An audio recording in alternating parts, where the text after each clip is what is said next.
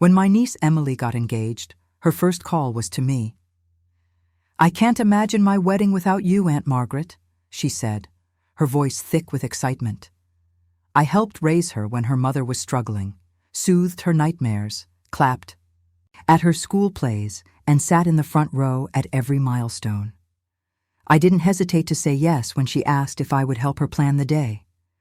I picked out flowers, tied ribbons, folded invitations, even stayed up late the night before stuffing favor bags while everyone else slept. I didn't ask for anything in return. Just being there, sharing the joy, was supposed to be enough. But on the wedding day, after the hugs and the photo ops, I found my name not at the family table, not even among the honored guests, but scribbled at the kids' table, squeezed between sticky-fingered toddlers and crayon-smeared menus. I sat there in my carefully chosen dress, invisible, humiliated, realizing something painful. Love freely given doesn't mean respect automatically follows. And this time, I wasn't going to just sit quietly and swallow the hurt. Have you ever been overlooked or disrespected by someone you loved deeply? Share your story in the comments and subscribe for more true life stories where dignity, strength, and quiet self-worth shine through even the deepest betrayals. Emily wasn't just my niece. She was more like a daughter to me. Her mother, my younger sister, had struggled through most of Emily's childhood, and while I never sought to replace her, I became a steady presence when stability was rare. I was the one who braided Emily's hair before school plays, the one who clapped the loudest at her piano recitals, the one who sat through parent-teacher conferences when no one else showed up. Our bond was built slowly, quietly, through years of small acts of love, the kind that don't demand recognition, but matter all the same. When Emily called to tell me she was engaged, her voice bubbled with joy. She spoke a mile a minute about the proposal, the venue she dreamed of, the dress she had already picked out in her mind. And in the middle of it all, she said something that stuck deep in my heart. "I can't imagine my big day without you, Aunt Margaret. Your family. You're everything." The words warmed me in ways I hadn't realized I needed. After years of giving, sacrificing, being the silent supporter in the background, hearing her acknowledge my place in her life felt like a kind of reward I never expected but deeply cherished. She asked if I could help with the wedding plans. Not in a formal way, there was a coordinator for that, but she wanted my opinion on the flowers, the centerpieces, and the music. She wanted me there for dress fittings and cake tastings. I said yes to everything. I was happy to say yes. In the months that followed, my weekends and evenings filled with wedding errands. I folded hundreds of wedding programs by hand, stayed up late tying ribbons around favor boxes, and even drove 2 towns over to pick up specialty candles she just had to have. I attended showers and luncheons, smiling until my cheeks ached, watching Emily shine at the center of it all. I didn't mind. Every hour I gave, every task I took on, felt like a continuation of the love I had offered her for so long. This was what the family did. This was what I had always done. Step in quietly, help when needed, expect nothing. The week of the wedding arrived, and the family buzzed with excitement. I stayed up nearly all night with Emily the evening before, calming her nerves, running through last-minute lists, making sure everything was ready. She hugged me tightly before heading to bed, whispering, "I don't know what I'd do without you." I slept for only a few hours before the big day dawned bright and beautiful. At the venue, I helped the florist arrange bouquets, double-checked the seating charts the coordinator handed out, and made sure the caterer had everything they needed. It was only when the guests started arriving that I realized I hadn't looked at my own seating assignment. I found the small printed card with my name on it, written in a rushed, almost careless script, and scanned the room. And my heart sank. Table 17, the kids' table. Tiny chairs meant for children, coloring books and crayons scattered across the tabletop, sippy cups and booster seats tucked against the legs. I stood there for a long moment, the card trembling slightly in my hand. Surely, I thought, This was a mistake. Surely someone would come rushing over to fix it, to tell me my place was with the family, among the people who mattered, among those whose love and loyalty had helped build this day. But no one came. In the swirl of white dresses and camera, flashes, laughter, and champagne, no one noticed the woman standing awkwardly by the wall, holding a card that spelled out her place in no uncertain terms. I sat down at the kids' table because there was nowhere else to go. Children shrieked and threw crayons. A little boy spilled juice across the tablecloth, the sticky mess creeping toward my plate. I folded my napkin carefully in my lap, staring, straight ahead, pretending I didn't feel the stares, the pity, the whispers. I had given so much of myself for this day. I had canceled plans, spent money I didn't really have, poured every ounce of love I had into making sure Emily felt supported, celebrated, cherished. And in return, I was an afterthought. Or worse, an inconvenience shuffled to the edge of her new, glittering life.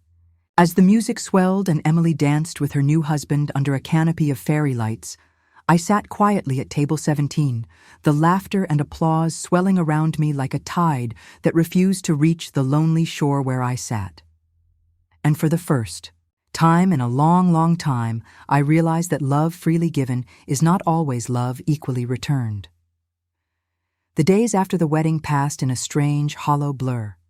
I went through the motions, getting up, making coffee, tidying the house, but everything felt a little heavier, a little duller. I kept replaying that moment in my mind, standing there with the place card trembling in my hand, scanning the A. Room for someone, anyone, to notice the mistake. But no one had. Not Emily, not her mother, not even the wedding coordinator who I had spent hours helping just the day before. I was invisible. At first, I tried to reason it away. Maybe it was just a misunderstanding. Maybe someone else had finalized the seating chart without consulting Emily. Maybe. But deep down, I knew. Deep down, the truth sat heavy and immovable inside me. If I had mattered, really mattered, someone would have noticed. And yet, no one did. I received a thank you card a few weeks later. A generic one, clearly mass-printed, for all the guests. Inside, in looping handwriting that didn't even feel personal, was a line. "Thanks for all your help, Aunt Margaret. Hope you had fun. Hope you had fun." I stared at the words, feeling a sadness settle so deep it was almost bone deep. I didn't want extravagant gratitude. I didn't expect parades or public declarations. But a seat at the table, the right table, would have spoken volumes more than any flowery words. Being placed with the children wasn't just a seating mistake. It was a reflection of how they saw me. Peripheral, optional, replaceable. I tucked the card away in a drawer and tried to focus on the small routines of daily life that had always grounded me. I went to my quilting group on Thursdays. I volunteered at the local library on weekends. I baked bread and handed loaves to neighbors just because I could. But the ache lingered, coloring everything in muted shades of blue. One Sunday, I saw Emily's wedding photos posted online. Album after album, beaming faces, elegant table settings, smiling family members gathered around beautifully decorated tables. I wasn't in a single photo, not in the group shots, not in the candids, not even in the background. I had become a ghost at an event I had helped build. It was a painful truth to swallow. Painful because it wasn't just about the wedding. It was about years of small, unnoticed sacrifices, about birthdays I had made special when no one else remembered, about holidays I had driven through snowstorms to attend, about school plays where I had clapped so loud, my hands stung. All of it, swallowed whole by the bright, glittering machine of her new life, where there was no space for the woman who had helped carry her through the hardest parts of her childhood. I began to realize something hard but necessary. I had taught Emily how to treat me, by always saying yes, by always stepping aside, by always being the one who expected nothing. And now, She had learned that I was someone who could be set aside without a second thought. The grief was sharp, but underneath it something else stirred, something steadier, stronger. A quiet resolve. I had given her love freely, but I didn't have to keep giving it blindly. Love doesn't mean accepting disrespect. It doesn't mean swallowing hurt to keep the peace. It doesn't mean sitting at the kids' table and pretending. You're lucky to be there. I decided in that small, steady moment that things would be different from now on. I wouldn't confront Emily with anger. I wouldn't send bitter texts or stage dramatic scenes. It wasn't about revenge or making her feel guilty. It was about me. It was about honoring the love I had given. The time, the energy, the countless, quiet moments, and recognizing that my love deserved to be seen, respected, valued. If she ever reached out again, it would have to be on different terms. Terms that recognized that I wasn't just a placeholder in her life, that I wasn't the help, that I wasn't the forgotten figure standing in the corner of her success. I was family. I was in love. I was someone who mattered, and if she couldn't see that, then it was her loss, not mine. I folded the thank you card back into its envelope, tucked it deep into the drawer, and closed it softly. Not out of anger, out of grace, out of the quiet, profound understanding that sometimes the people we love most will fail us. And sometimes, the only way to honor ourselves is to stop sitting at tables where we are only tolerated, not treasured. The weeks that followed were heavy with a strange kind of silence, the kind that doesn't scream, but settles over everything like a cold, damp fog. Emily didn't call. She didn't stop by. The bright excitement of her wedding faded into her new life, and I was left behind in the forgotten spaces she didn't bother to fill. At first I told myself it was normal. Newlyweds get busy. They settle into routines, find new rhythms. But deep inside, I knew this was something different. This wasn't the busy forgetfulness of a new chapter. This was a door quietly closing. A chapter ended with no acknowledgement, no gratitude, no lingering backward glance. One Saturday, I ran into Emily's mother, my sister, at the grocery store. We exchanged small talk, stiff and polite, until she mentioned the wedding, her voice thick with satisfaction. It was perfect, wasn't it? She said. Everything was exactly how Emily dreamed. I nodded, my throat too tight to answer. She said it was the happiest day of her life, she continued, oblivious to the way her words twisted the knife deeper. She was surrounded by everyone who mattered most. Everyone who mattered most. The words echoed in my mind for days. It didn't matter, not enough to sit among the family, not enough to be in a single photograph, not enough to earn a seat at the table where the people who shaped her life were supposed to be honored. The hurt sharpened, became something I could almost taste, like iron on the back of my tongue. But the more I sat with it, the more I realized that the pain wasn't new. It wasn't born at the wedding. It had been growing for years, fed quietly, by small slights, forgotten birthdays, missed calls. The wedding had just been the moment I could no longer pretend it wasn't happening. I thought about the hours I had poured into making her life easier, the rides to after-school activities, the nights I stayed up with her during storms because she was afraid of the thunder, the countless Christmases where the gifts under the tree had my fingerprints all over them, even when my name wasn't on the tag. It wasn't bitterness that settled over me in those weeks. It was clarity. I had loved her the best way I knew how, but love that demands nothing often receives nothing. And I was done giving to someone who didn't see the difference between being loved and being used. One evening, as I sat folding laundry, the phone rang. Emily's name lit up the screen. For a moment, my heart lurched in my chest. Maybe she had realized. Maybe she was calling to apologize, to explain, to say the things I needed to hear. I answered, my voice steady. She chatted brightly about her new house, about upcoming holiday plans, about how busy everything had been. Not once did she mention the wedding. Not once did she ask how I was doing. Not once did she acknowledge the table, the photographs, the silence that had stretched between us. When she finished talking, she said, "We should get together sometime. I miss you." I almost laughed. She missed the convenience, the support, the quiet way I had always showed up for her without asking for anything in return. She missed the version of me that made her life easier. But she didn't miss me. Not really. I told her I was busy for the next few weeks, and maybe after the new year we could find some time. I was polite, warm even, but firm, because I knew. Now, I would not rush to fill a space in her life that she had so easily emptied, and if we ever sat at the same table again, it would be as equals, or not at all. In the quiet months that followed, I began to learn the difference between loneliness and solitude. At first, it was easy to confuse them.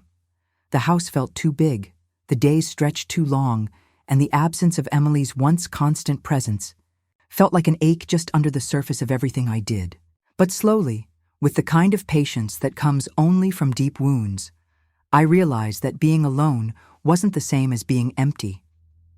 Without the constant pull of trying to be needed, I found parts of myself I had long neglected. I remembered hobbies I had shelved for years: painting, gardening, small afternoon drives down roads I had never bothered to explore.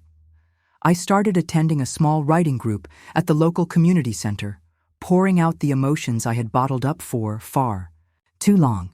It was there, surrounded by strangers who became friends, that I found a way to give voice to the grief that had no proper place at Emily's wedding. Some nights were harder than others. I'd see a picture of her online, celebrating some new milestone, smiling alongside faces that weren't mine, and for a moment the old ache would twist itself around my heart. But I no longer let it define me. I allowed the sadness to visit, but refused to let it unpack and stay. I thought often about the kind of love I had given her: steady, unconditional, patient. Love that asked nothing, demanded nothing, waited. Quietly, in the wings. It wasn't wrong to love her that way, but it had been wrong to lose myself entirely in the process. And now, with time and distance, I was learning something new about love, the kind you offer yourself when no one else thinks to. I bought flowers for my own kitchen table. I lit candles on rainy evenings just because I liked the way the light flickered against the walls. I treated myself to little kindnesses: a favorite dessert from the bakery, a new scarf in a color that made my eyes look brighter, a pair of earrings I didn't need but absolutely wanted. For the first time in a very long time, I wasn't waiting for someone else to make my life feel full. I was filling it myself. And somewhere along the way, I realized that this too was love. Love for the woman who had stood unnoticed by the kids' table. Love for the woman who had given until she had nothing left. Love for the woman who finally, blessedly, chose herself. I didn't need to confront Emily. I didn't need to explain my absence in her new life. Some lessons aren't taught through angry words or tearful arguments. Some lessons are taught through silence, through absence, through the quiet strength of simply stepping away. I would always care for her. But I cared for myself more now, and that, I realized, was the most beautiful, bittersweet kind of growing up I had ever done. Spring arrived slowly, unfolding itself in soft breezes and early blooms, and with it came a shift inside me that I hadn't even realized I was waiting for. It wasn't loud or triumphant. There was no grand moment where everything suddenly made sense. It was smaller than that, quieter, but it was real. One afternoon, I sat in my garden, coaxing new life from the soil, when a small memory floated into my mind. Emily, at 6 years old, running barefoot through the backyard, her laughter ringing out like a song, a daisy chain tangled in her hair. I let the memory stay. I didn't push it away like I might have months earlier. I didn't let it turn bitter in my hands. I simply smiled at the girl she once was, the one I had loved with my whole heart. Because even if the woman she had become didn't always make space for me, the love I gave her had mattered. It had shaped something beautiful, even if I was no longer part of her everyday life. And that realization, small as it was was a kind of relief. Love given freely is never wasted, even when it isn't returned the way we hope. It transforms us, stretches us, teaches us how deep we can go. It teaches us how strong we truly are. Around that time, I received a letter, a real letter, not a text, not an email. The envelope was addressed in Emily's familiar, loopy handwriting. I sat at the kitchen table for a long time before opening it. Part of me braced for more hurt, more disappointment. But when I finally slipped the card out of the envelope, I found something else entirely. The card was simple, a photograph of a quiet beach at sunset. Inside, in a few careful sentences, Emily wrote that she had been thinking about me, that she knew she hadn't handled things well, that she missed me, that she hoped I was doing all right. It wasn't a perfect apology. It didn't erase what had happened, but it was a start. I held the card in my hands, feeling the weight of all that was said and all that was left unsaid. Forgiveness, I realized, isn't about forgetting the ways we've been hurt. It's about deciding what to do with the hurt. It's about choosing whether to carry it like a shield that keeps everyone out, or to set it down gently and make room for something new to grow. I didn't call her right away. I didn't rush to fill the silence with promises or plans. I sat with the letter. I let it live alongside the hurt, the love, the memories, the disappointment. Because healing isn't about erasing what happened. It's about making peace with it. A few weeks later, Emily sent another letter. Shorter this time, just a few lines about the spring flowers blooming in her new garden, a photo of the kids chasing bubbles in the backyard. No pressure, no expectations. Just a small thread, offered gently, asking if I wanted to pick it up. And this time, I did. I wrote back, nothing long or dramatic. Just a note about how the tulips were blooming early this year, about a book I was reading, about the joy of seeing small things grow after a long winter.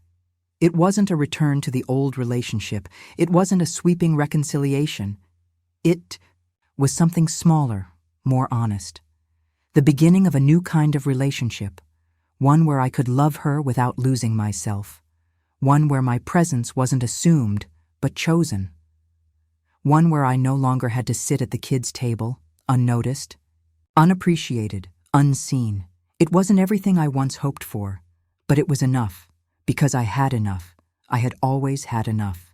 Summer brought with it a kind of heavy warmth, not just in the air, but in the way things began to shift once again between me and Emily. After months of tentative, polite letters, she reached out one afternoon with a text, asking if we could meet for coffee. I hesitated, staring at the message for a long while. Part of me wanted to say no, to protect the fragile peace I had built, to avoid the risk of reopening wounds that had only just begun to heal. But another part, quieter, but stronger, urged me to go, not for her sake, but for mine, so I said yes. We met at a small cafe halfway between our homes, a place with worn wooden floors and the faint smell of roasted coffee beans lingering in the air. Emily arrived first, sitting nervously by the window, twisting a napkin between her fingers. When she saw me, her face brightened with a smile that almost reached her eyes. Almost. We exchanged pleasantries at first, dancing carefully around the real conversation, but eventually the cracks began to show. She talked about her busy life, her marriage, the house, the children, all the while avoiding the subject that hung between us like an invisible wall. Finally, I asked her gently, "Why did you want to meet, Emily?" She looked down at her. Coffee, her voice barely above a whisper. "Because I miss you," she said. "Because I realized I took you for granted." There it was, the thing I had needed to hear for so long. And yet, it didn't land the way I had always imagined it would. It didn't erase the hurt. It didn't undo the lonely hours at the kids' table or the months of silence. It simply sat there, true and incomplete all at once. She tried to explain how overwhelmed she had been with wedding plans, how she had left the seating chart to someone else, how she hadn't meant to hurt me. I listened quietly, letting her speak, not rushing to fill the space with easy forgiveness, because healing deserved its own space too. When she finished, she looked up at me, her eyes shining with unshed tears. "I'm sorry, Aunt Margaret." "Truly," I nodded slowly. "Thank you for saying that," I said. "It means more than you know." We sat for a while longer, the silence between us less heavy now, more like a soft quilt laid gently over old wounds. When we parted, there were no promises, no grand declarations, just a hug that lingered a little longer than it used to, and the understanding that while some things might never be the same, some things could still be good. But as the weeks passed, I noticed a pattern. Invitations to gatherings where I was asked to bring a dish but not truly included.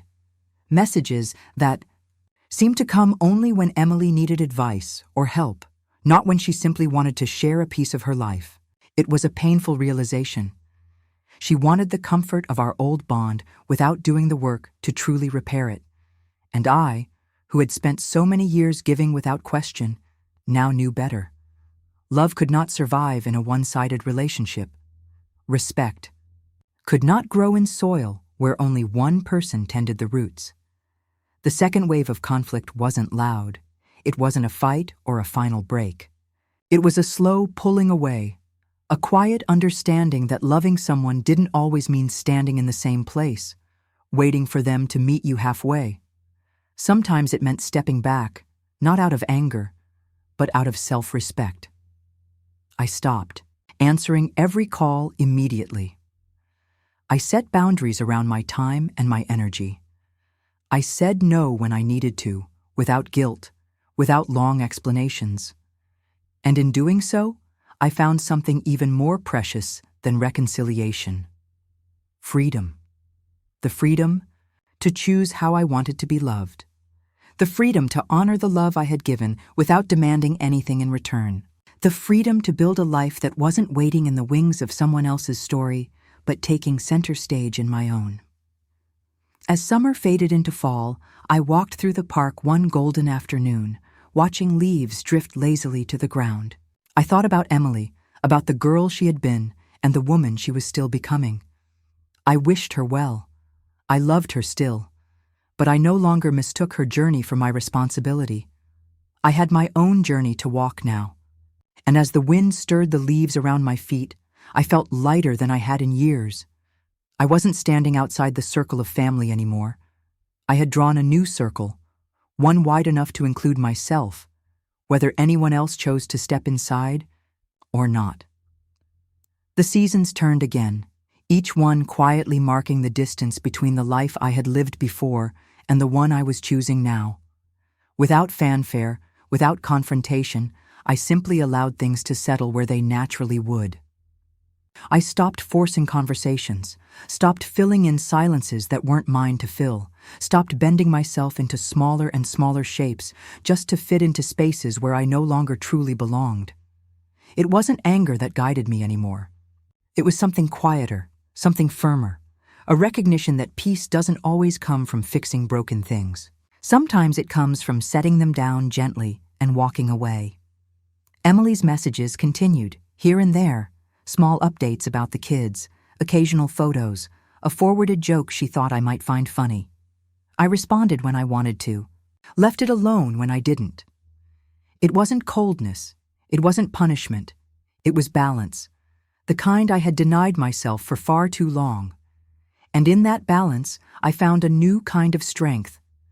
I started planning a trip for myself, something I had dreamed about for years, but always set aside because someone else needed something first. A train ride through the mountains, winding through valleys ablaze with autumn colors, where I could sit by a window with a book in my lap and a cup of coffee warming my hands. It wasn't extravagant. It wasn't meant to impress anyone.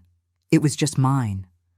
Every choice I made during those months was like a stitch, mending the fabric of a life I had almost forgotten could be beautiful on its own. I joined an art class at the community center, picking up a paintbrush for the first time in decades.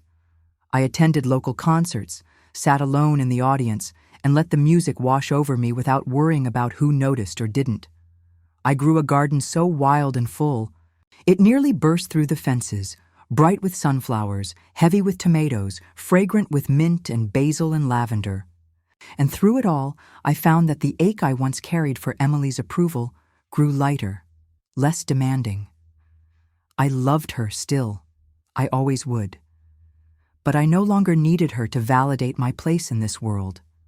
I no longer measured my worth by the seat someone assigned me at a table. I chose my own seat now. I built my own table. And around that table, there was room only for people who saw me fully, who respected the love I offered without treating it as something disposable. One afternoon, as I tended my garden, Emily stopped by unexpectedly. She stood at the edge of the yard, hesitant, a little unsure of her welcome. I wiped my hands on my jeans and walked over. We chatted for a few minutes, about the weather, about her kids starting school, about nothing and everything.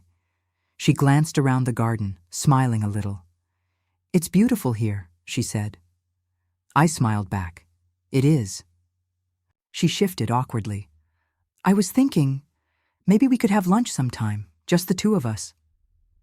I thought about it, really thought about it, and I realized something with absolute clarity. I didn't have to say yes out of guilt. I didn't have to say yes out of obligation. I could say yes if it felt right. And that day, standing in the sunlight, with the earth solid beneath my feet and the scent of lavender in the air, it did. Not because I needed her to fill something in me, but because I had filled it myself first. I nodded. I'd like that. And in that simple exchange, I saw the truth. Healing isn't about erasing the past. It's about building a future that honors the lessons the past taught you.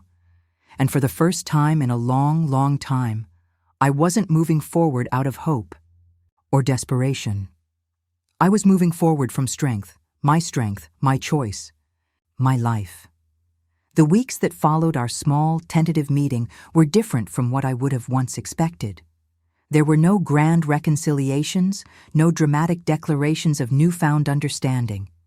Instead, there was something quieter, something slower, like the cautious blooming of a flower after a long winter.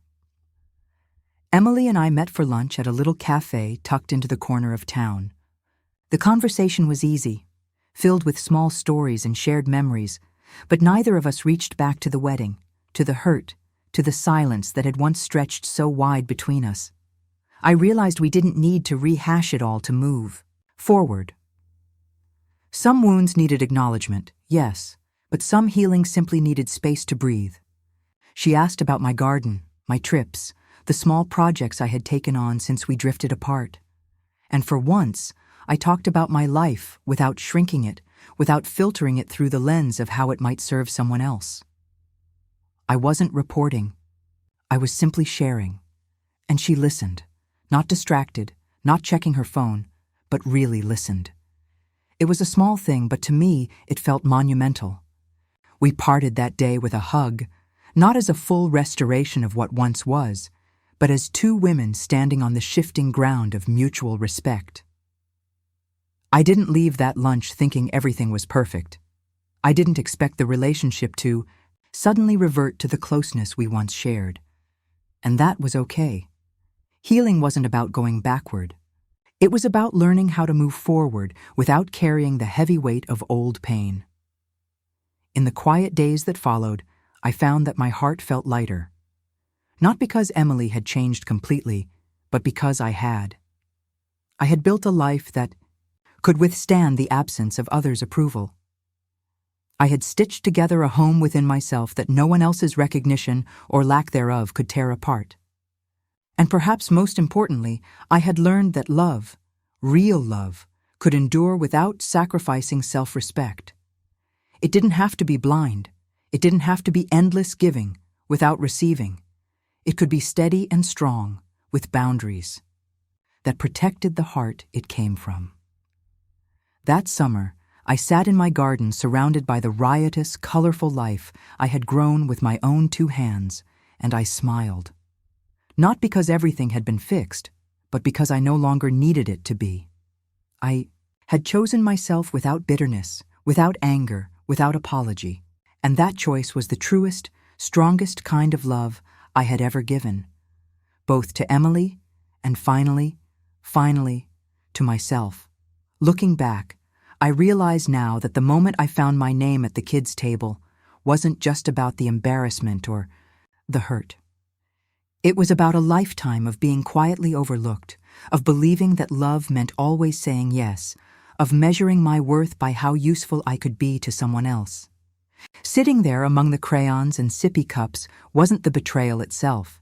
It was the final, undeniable sign that I needed to change the way I loved, starting with myself.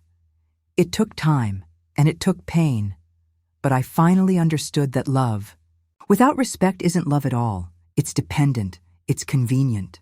And I was no longer interested in offering pieces of myself to people who only remembered I existed when it suited them. Emily will always be part of my life, but I no longer orbit around her. I stand steady in my own space, strong and whole, welcoming her when she chooses to meet me there, but no longer chasing after crumbs of acknowledgement. It's a quieter life than I once imagined for myself, but it's fuller too. Full of small joys I create on my own terms, full of friendships built on mutual care, full of peace that no one can give or take from me. There are still moments when the old sadness tugs at me, a memory, a holiday, a photograph from years ago. But I greet those moments gently, the way you would greet an old, familiar guest. I let them sit with me for a while, and then I let them go. Because I have built something sturdier now, something rooted deep in the knowledge that I deserve to be loved without having to earn it by disappearing. I am no longer someone who waits for a seat at a table. I carry my own table with me wherever I go. And around that table, there is room only for those who see me, who honor me, who know that my love is a gift, not an obligation. And in this new life, crafted quietly, steadily, and fiercely, I have finally found something even better than being needed. I have found the extraordinary beauty of simply being enough. Have you ever realized that choosing your own peace was the most powerful decision you could make? Share your story in the comments. You never know who might find courage and healing in your words. And don't forget to subscribe for more real emotional stories about dignity, quiet strength, and the beauty of finally standing in your own light.